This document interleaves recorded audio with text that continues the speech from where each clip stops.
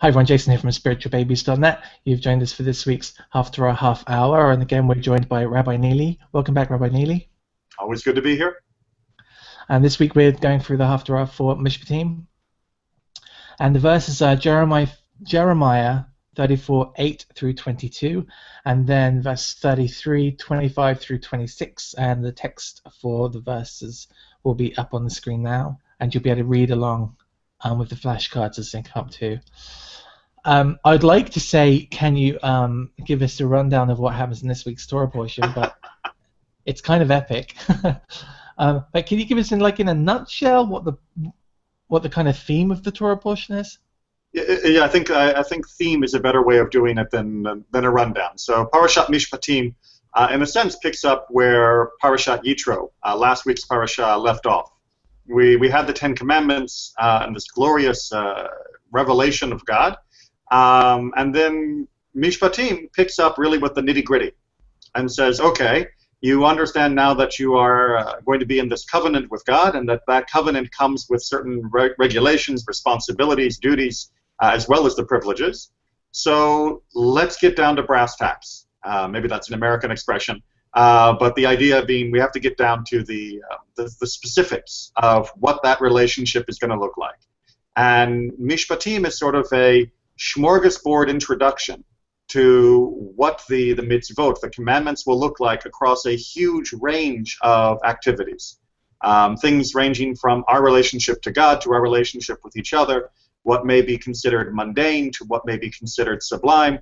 And it's really trying to help us understand that Torah is going to completely permeate every aspect of life, that how we carry ourselves and how we act in every sphere of our living is meant to be connected to our relationship with God.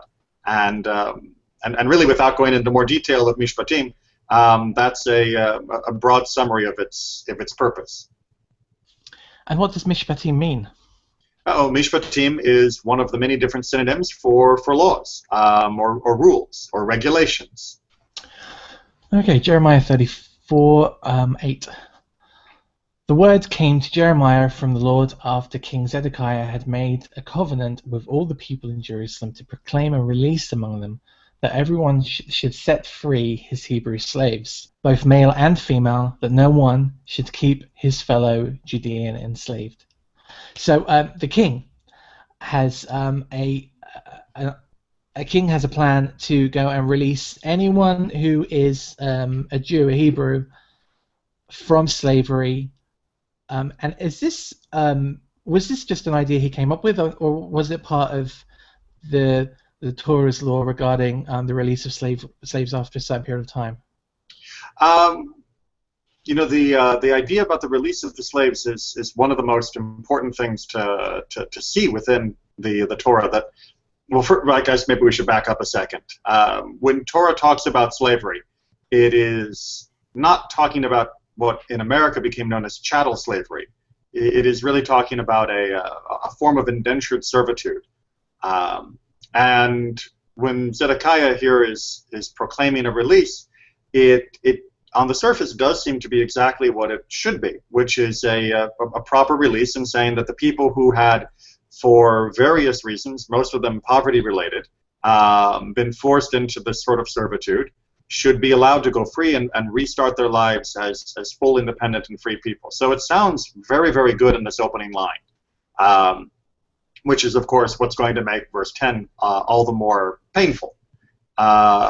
And this, of course, is the beginning here, is paralleling the beginning of Parashat Mishpatim, which talks about the treatment of these servants or slaves.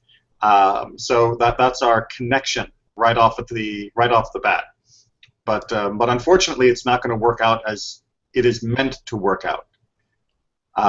Freedom for the slaves in Jewish law was really intended, to prevent a perpetual underclass, that somebody who was poor should be allowed to continue to work and survive by being taken in as a slave, as a servant, but then should not become a inherited possession of that family, but should instead simply be a temporary worker until the year of release, or a sooner release if that was desired.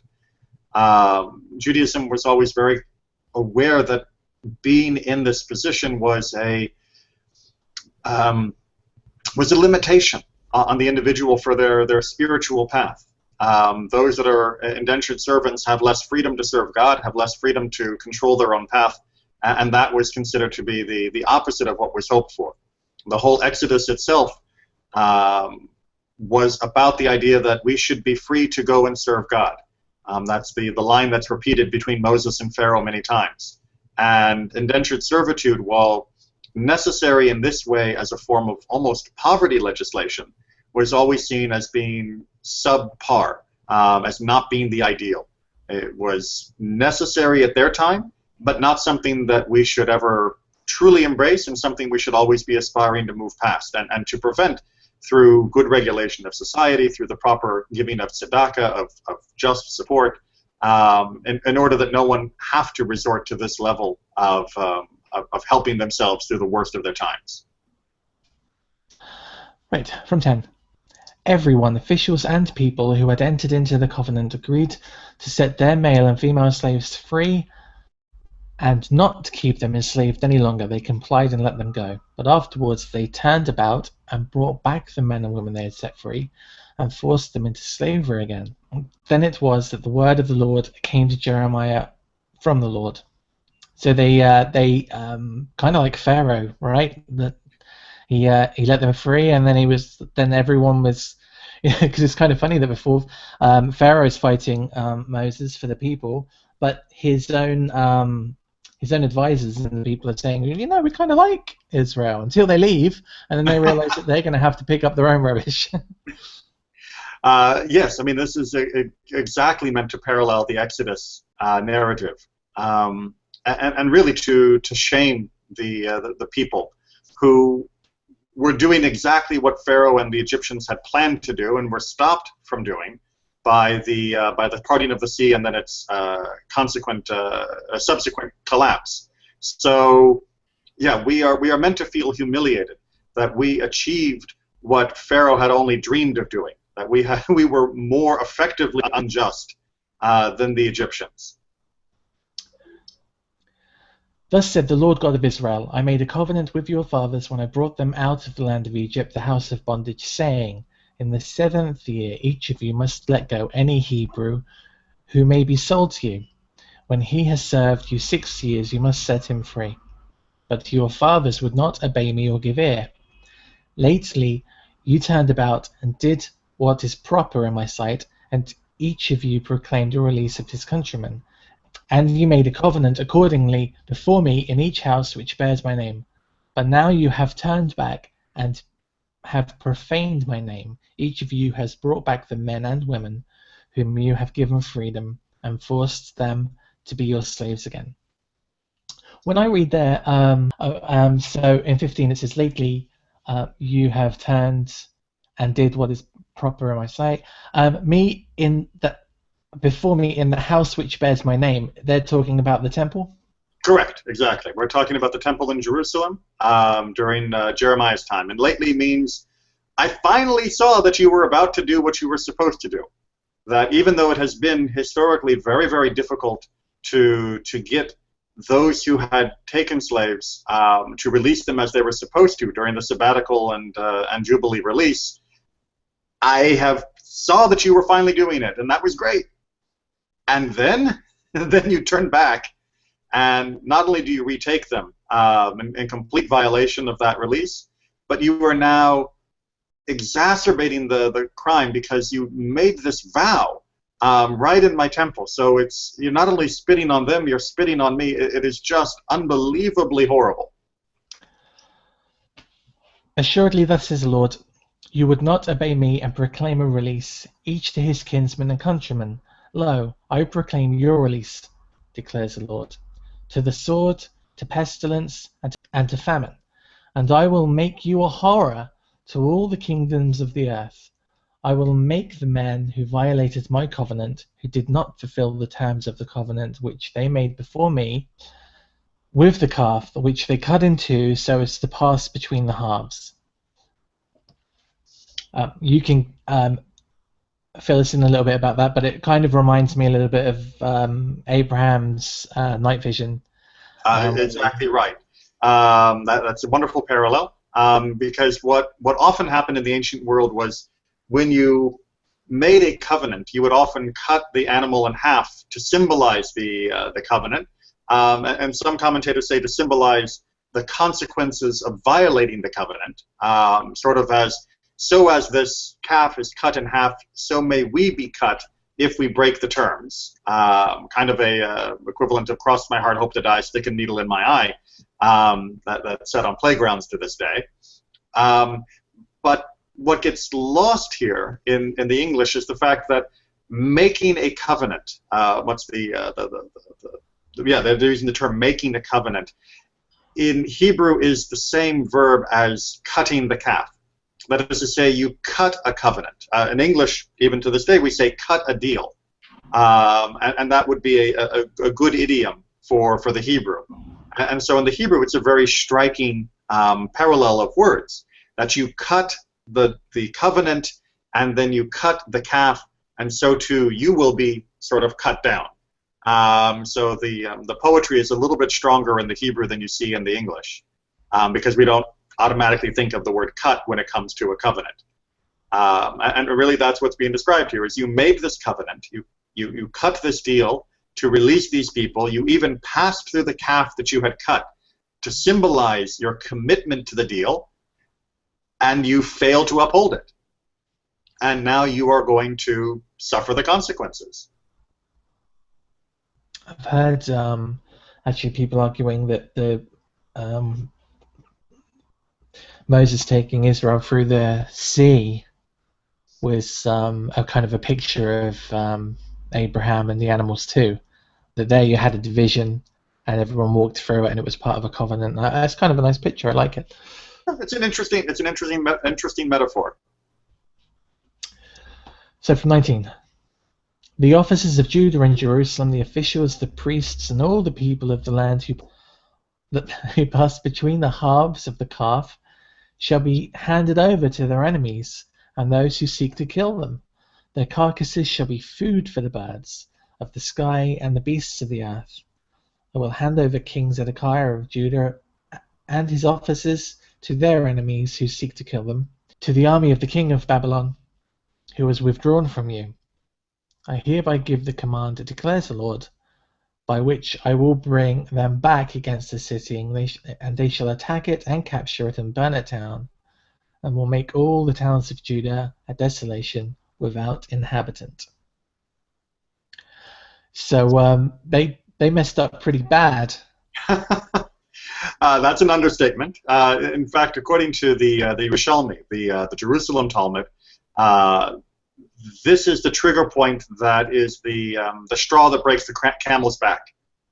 That there are numerous different discussions of why was the first temple destroyed, or why in general was the southern kingdom of Judah finally uprooted. And in at least one rabbi's opinion in the Yerushalmi, this is it. That although there was definite punishment and although there was definite problems that were coming, God was not yet going to go so far as to destroy the temple, to uproot everything. But with this callous act, that was it. And really we can see that somewhat in the verse. The idea that I'll hand you over to the army which has withdrawn from you. It's almost as though you were just about clear. But we can also see it with the statement here of, or not the statement, but the idea of what good is the temple then? What good is Jerusalem? If when people will use it to make the most solemn vows imaginable, to stand and walk through the temple courtyard proclaiming they are going to free their slaves, which is only what they should be doing anyway, and then to turn around and violate not just the slaves, but that covenant they just made, why should God feel bound by the temple or by any covenant with our people? It's clearly the temple serves no purpose, and its destruction is not going to cause any more problems for our people's spiritual path, because right now it's certainly not helping our spiritual journey. Last week we were going through the Ten Commandments, And I'm just thinking, I'm ticking off a few as I go. Every kind of that whole action, you're swearing in the name of the Creator, and you're not going to keep that promise, and you're bearing a false witness, and taking the name in vain. There's a whole load of stuff going on there. I can see why things ended the way they did. So we skip to chapter 33 because we've spoken about before. We always end on a high note. And certainly verse 22 would not be a high note. Thus says the Lord, as surely as I have established my covenant with day and night, the laws of heaven and earth, so I will never reject the offspring of Jacob and my servant David. I will never fail to take from his offspring rulers for the descendants of Abraham, Isaac, and Jacob. Indeed, I will restore their fortunes and take them back in love. Now, Jeremiah is one of my favorite books, I think. It's because it has got this. It's kind of it's a very stern teacher, but there's always the promise at the end that it's all going to kind of work out, and it's very encouraging to read. And that's the thing, Jeremiah has a very depressing note to him, mainly because he was living at the very end of the First Temple period and saw the destruction imminent rather than more distant as some of the prophets did. But despite living in the worst of all possible situations and knowing the destruction was only around the corner, he was able to maintain hope, both personally, when he redeems the property of his relative, as well as nationally, that despite all of this, despite the evil, despite the way he himself is treated, he has perfect faith and understanding that God is not going to destroy the Jewish people. God is merely going to allow us to reap the benefits of what we have done. He's essentially saying, well, a good way to look at this is that when God allows the destruction of the first temple, what essentially God is doing is removing his protective care. It's not necessarily that God is deliberately punishing. He's saying, look, I can only hold you up so long, but the weight of your decisions, the consequences of the transgressions that you have made, eventually I'm just going to have to remove my hands, and you will sink to your natural state that you have now earned. And that natural state is a completely corrupt and bankrupt and dissolved society, which is ripe for the picking by the neighboring empires. And I'm going to keep my covenant with you in the sense that I will bring you back, but for this moment, I will allow, if you will, nature to take its course. And the natural place that you have earned for yourself is what's coming. The only thing I'd like to add is the idea that this notion of servitude and of the treatment of a servant is an ongoing issue within Judaism.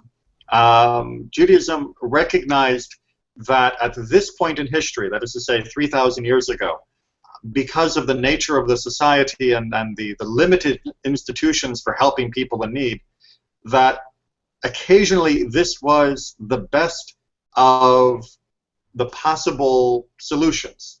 That is to say, if it was a choice between letting someone starve and taking them on as a servant, even though that took away some of their freedom, it was better to take them on as a servant than to let them starve. But in no way, shape, or form did Judaism think this was the ideal.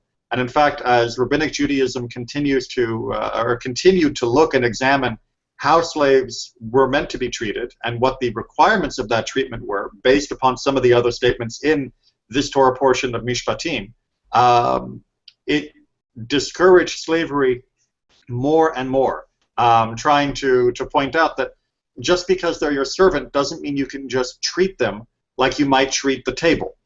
And that meant that it was extremely hard for a person to keep a servant in a way that would be similar to the American experience, and really keep a slave in a way that would be beneficial to the, in quote, owner.